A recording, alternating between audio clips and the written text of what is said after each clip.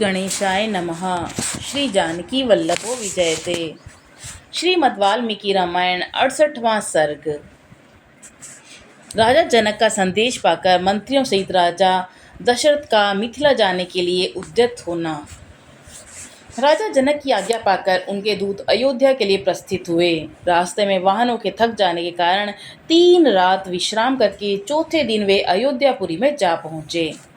राजा की आज्ञा से उनका राजमहल में प्रवेश हुआ और यहाँ जाकर उन्होंने देवतुल्य तेजस्वी बूढ़े महाराज दशरथ का दर्शन किया।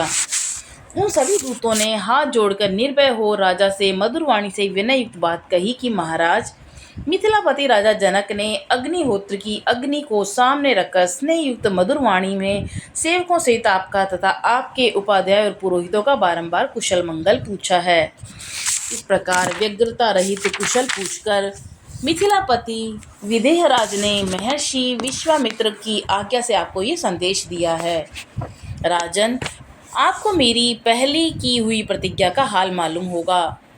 मैंने अपनी पुत्री के विवाह के लिए पराक्रम का ही शुल्क नियत किया था। उसे सुनकर कितने ही राजा अमर्ष में भरे हुए आए, किंतु यहाँ पराक्रमहीन सिद्ध हुए और विमुख होकर घर लौट गए। नरेश्वर, मेरी इस कन्या को विश्वामित्र जी के साथ अकस्मात घूमते फिरते आए युवक आपके पुत्र श्री राम ने अपने पराक्रम से जीत लिया है। महाभाव, महात्मा श्री राम ने महान जन समुदाय के मध्य में मेरे यहाँ रखे हुए रत्न स्वरूप दिव्य धनुष को बीच में से तोड़ डाला है। अतः मैं इन महात्मा श्री रामचंद्र जी को अपनी वीर शुल्क का कन्या सीता प्रदान करता हूँ। ऐसा करके मैं अपनी प्रतिज्ञा से पार होना चाहता हूँ और आप इसके लिए मुझे आज्ञा देने की कृपा करें। महाराज, आप अपने गुरु और पुरोहितों के साथ यहाँ शीघ्र पधारें और अपने दोनों पुत्र रघुकुल भूषण श्री राम और लक्ष्मण को देखें। आपका भला हो। राजेंद्र, यहाँ पधार कर आप मेरी प्रतिज्ञा पूर्ण करें और यहाँ आने से आपको अपने दोनों पुत्रों के विवाह जनित आनंद की प्राप्ति होगी।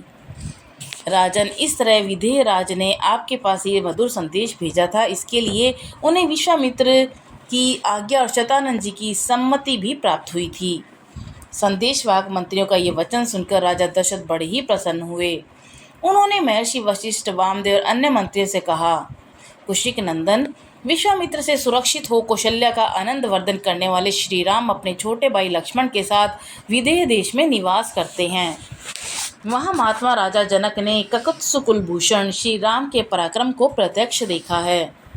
इसलिए वे अपनी पुत्री सीता का विवाह रघुकुल रत्न राम के साथ करना चाहते हैं।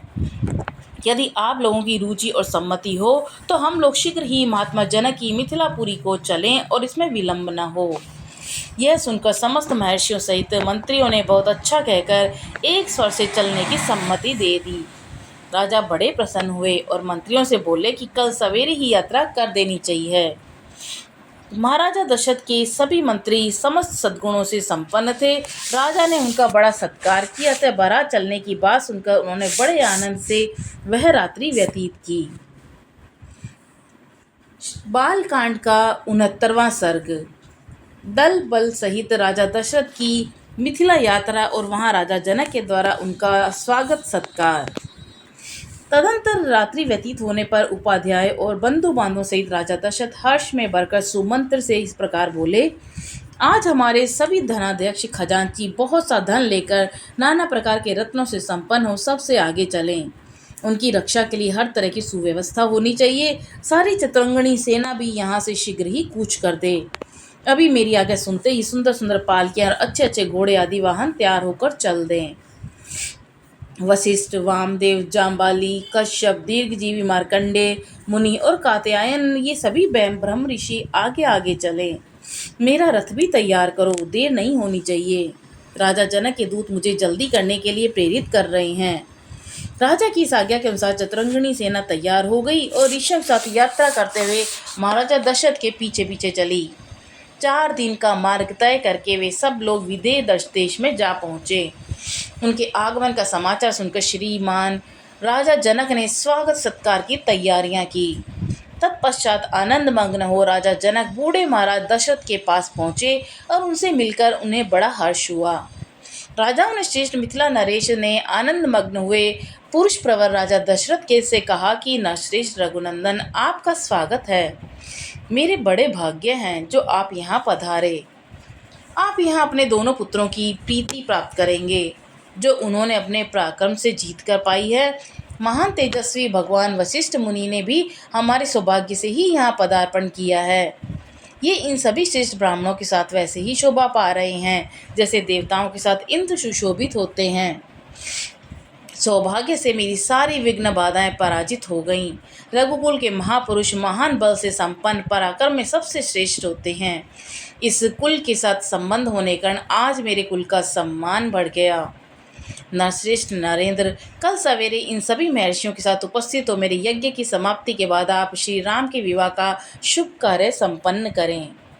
ऋषियों की मंडली में राजा जनक की यह बात सुनकर बोलने की कला जानने वाली विद्वानों में श्रेष्ठ और वाकई मर्मज्ञ महाराज दशरथ ने मिथिला नरेश को इस प्रकार उत्तर दिया। धर्मज्ञ, मैंने पहले ही यह सुन रखा है कि प्रतिज्ञा दाता के अधीन होता है, अतः आप जैसा कहेंगे हम वैसा ही करेंगे। सत्यवादी राजा दशरथ का ये धर्मानुकूल तथा यशोवर्धक वचन सुनकर विधेय राज जनक को बड़ा विस्मय हुआ। उसके बाद सभी महर्षि एक दूसरे से मिलकर बड़े प्रसन्न हुए और सबने बड़े सुख से यह रात बिताई। इधर महातेजस्वी श्री राम विश्वामित्र जी को आगे करके लक्ष्मण के साथ पिताजी के पास गए और उनके चरणों का स्पर्श किया। राजा दशरथ ने भी जनक के द्वारा आदर सत्कार पाकर बड़ी प्रसन्नता का अनुभव किया और अपने दोनों रघुकुल रत्न पुत्रों को सकुशल देकर उन्हें अपार हर्ष हुआ। वे रात में बड़े सुख से वहां रहे।